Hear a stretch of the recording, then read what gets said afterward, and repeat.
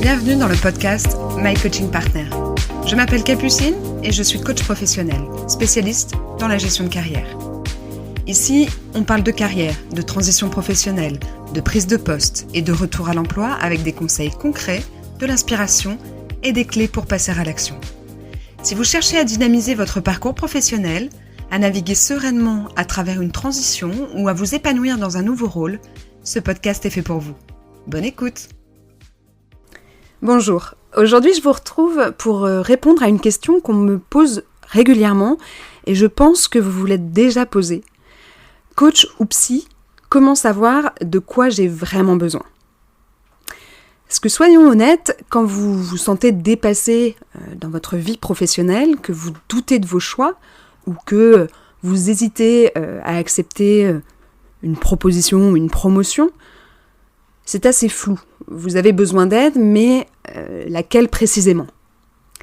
Est-ce que c'est dans votre tête ? Est-ce que c'est dans votre stratégie de carrière ? Est-ce qu'il faut creuser le passé ou construire l'avenir ? À la fin de cet épisode, vous saurez exactement si vous avez besoin d'un coach ou d'un psy, et surtout comment faire le bon choix selon votre situation. Et je vais vous donner 5 signaux concrets pour chaque orientation.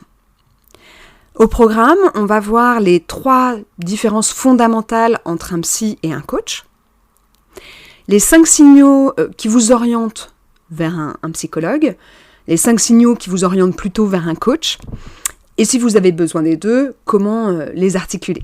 C'est parti.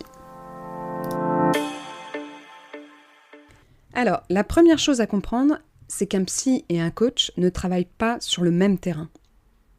Ce ne sont pas 2 versions d'un même métier, ce sont 2 métiers différents, avec des formations différentes, des postures différentes et des objectifs différents. Je vais vous donner 3 distinctions claires. La première différence, c'est le terrain d'intervention.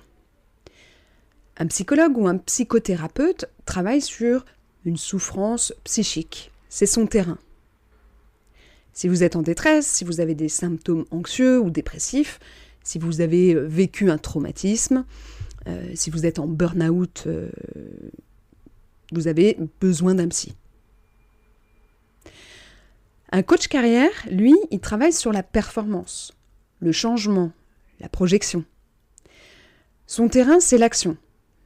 Si vous préparez une prise de poste, si vous êtes en recrutement dans une entreprise, si vous voulez changer de trajectoire professionnelle, si vous cherchez à structurer votre stratégie de carrière, là vous avez besoin d'un coach. La deuxième différence, c'est le rapport au temps. Le psy, il explore souvent le passé pour comprendre le présent. Pourquoi vous réagissez comme ça ? D'où viennent vos schémas ? Quelle est la racine de cette peur, de cette culpabilité, de ce blocage ? Le coach, lui, il part du présent pour construire l'avenir. Où vous voulez aller, comment vous allez y aller, quelles actions concrètes vous allez poser cette semaine, ce mois-ci, ce trimestre. Le psy regarde en arrière, le coach regarde devant. On est vraiment sur un axe de temps différent. C'est l'axe présent-passé pour le psy et sur un plan présent-futur pour le coach. Même si en coaching, on va aller chercher quelques éléments dans votre passé pour comprendre le présent et préparer le futur. Et la troisième différence, ça va être la posture professionnelle. Le psychologue, il travaille dans un cadre thérapeutique, avec une neutralité bienveillante. Il ne vous donne pas de conseils, il vous accompagne dans votre processus d'exploration, de compréhension, de transformation intérieure. Le coach, c'est un partenaire actif. Je vous pose des questions stratégiques, je vous challenge, je vous donne des outils, je vous tiens accountable. On construit un plan d'action ensemble et vous passez à l'action entre 2 séances. J'aime résumer de la manière suivante. Un psy vous aide à guérir, un coach vous aide à grandir. Les deux sont précieux, mais ce n'est pas le même registre. Alors maintenant, comment savoir ce dont vous avez besoin?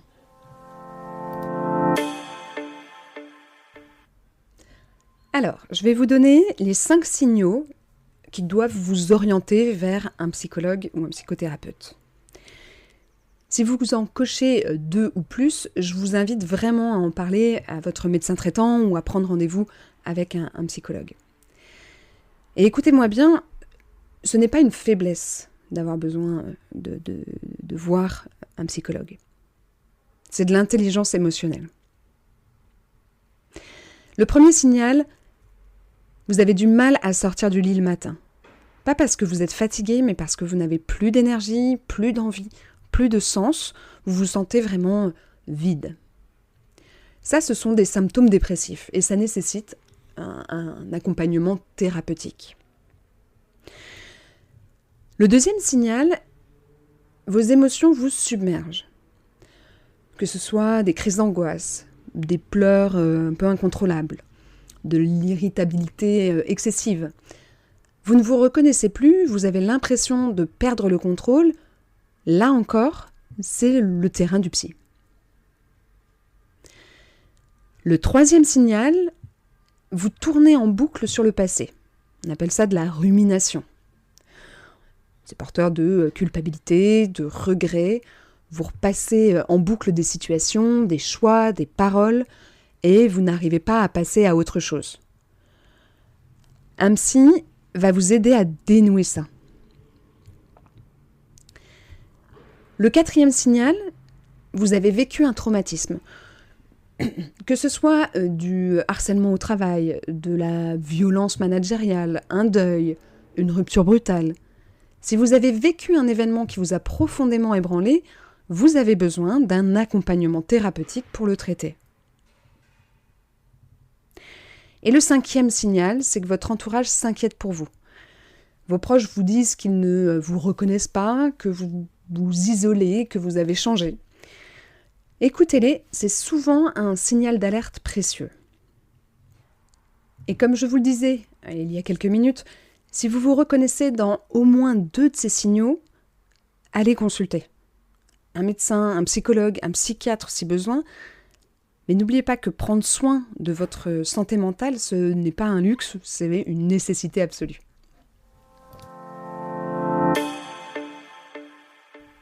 Maintenant, voyons les 5 signaux qui vont vous orienter vers un coach carrière. Et là, attention, si vous cochez ne serait-ce qu'un de ces signaux, un coach peut vous aider à passer à l'action avec une méthodologie, une feuille de route claire. Le premier signal, vous avez une opportunité professionnelle. Que ce soit une prise de poste, une promotion, une nouvelle équipe à gérer. Vous allez devoir prouver votre valeur rapidement, structurer votre prise de poste, affirmer votre leadership. Alors, un coach vous aide à maximiser votre impact dès le départ. Deuxième signal, vous voulez changer de trajectoire professionnelle. Là, on parle de reconversion, de changement de secteur, de passage du salariat à l'entrepreneuriat. Vous savez que vous voulez autre chose, mais vous ne savez pas par où commencer, même parfois vous ne savez pas ce que vous voulez. Un coach va venir vous aider à clarifier, à structurer et à avancer sur cette volonté de changement. Le troisième signal, vous êtes en recrutement actif. En phase de recrutement actif, c'est-à-dire vous préparez des entretiens, vous devez pitcher votre parcours, vous allez négocier votre rémunération. Ici, un coach vous donne les outils, la posture et la confiance pour réussir. Le quatrième signal, vous sentez un désalignement, sans souffrance. Vous n'êtes pas en détresse, mais vous sentez que quelque chose cloche. Vous avez envie d'autre chose. Vous êtes arrivé sur un plateau au niveau de la progression dans votre carrière. Vous voulez plus d'impact, plus de sens, plus de reconnaissance. Un coach vous aide à identifier ce qui coince et à construire la suite. Et le cinquième signal, vous voulez structurer votre stratégie de carrière. Vous voulez une vision claire à 3-5 ans. Vous voulez savoir quelles compétences développer, quel réseau activer. Quelle visibilité construire? Un coach vous aide à bâtir cette stratégie et à la déployer. Alors voilà, si vous cochez un seul de ces signaux, rapprochez-vous d'un coach qui va vous aider à passer à l'action rapidement, avec méthode et en sécurisant vos résultats.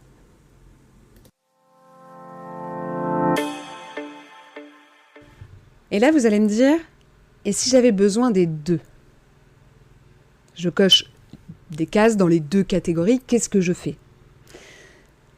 Alors, bonne nouvelle, les deux ne s'excluent pas. Vous pouvez tout à fait consulter un psy pour traiter une anxiété et en parallèle, travailler avec un coach pour réussir votre prise de poste.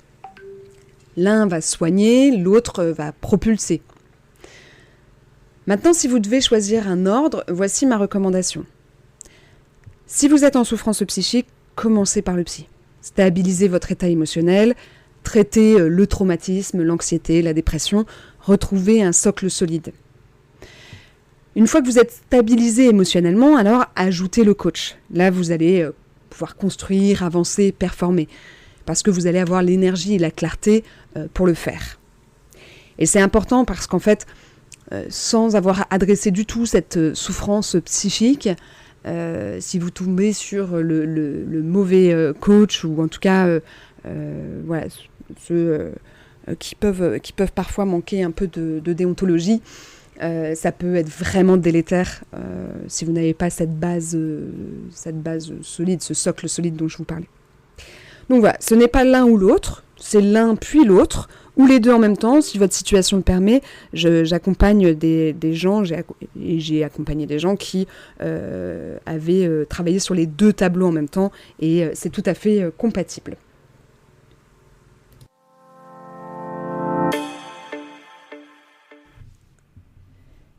Alors maintenant, on va récapituler les 3 points clés à retenir. Le point clé numéro 1, c'est qu'un psy vous aide à aller mieux, un coach va vous aider à aller plus loin. Ce n'est pas le même terrain, pas le même objectif et pas la même posture. Le point clé numéro 2, c'est qu'il faut écouter les signaux. Souffrance psychique, émotions submergentes, rumination, traumatisme, c'est le psychologue. Opportunité pro, changement, phase de recrutement, désalignement mais sans détresse, stratégie de carrière, là on parle d'un coach. Le point clé numéro 3, c'est que vous pouvez avoir besoin des deux. Et c'est complètement ok, l'un ne remplacera pas l'autre, mais ils se compléteront. Si vous hésitez encore sur ce dont vous avez vraiment besoin, n'hésitez pas à réserver un appel de 30 minutes qui est offert et sans engagement pour qu'on prenne le temps de voir la bonne solution en fonction de votre situation actuelle. Si vous avez déjà, si vous savez par contre déjà que vous avez besoin d'un accompagnement carrière, on pourra également en parler ensemble. N'hésitez pas que investir sur vous-même, que ce soit avec un psy ou un coach, c'est le meilleur investissement que vous puissiez faire. C'est investir dans votre équilibre, dans votre performance, dans votre épanouissement. Alors ne doutez pas qu'il faille prendre soin de vous. Merci beaucoup d'avoir écouté cet épisode. Si ça vous a aidé, n'hésitez pas à le partager à une personne de votre entourage. Vous pouvez également m'aider en laissant une note sur votre plateforme d'écoute et un commentaire. Je vous donne rendez-vous la semaine prochaine pour un nouvel épisode. D'ici là, prenez soin de vous et continuez à avancer. À très bientôt.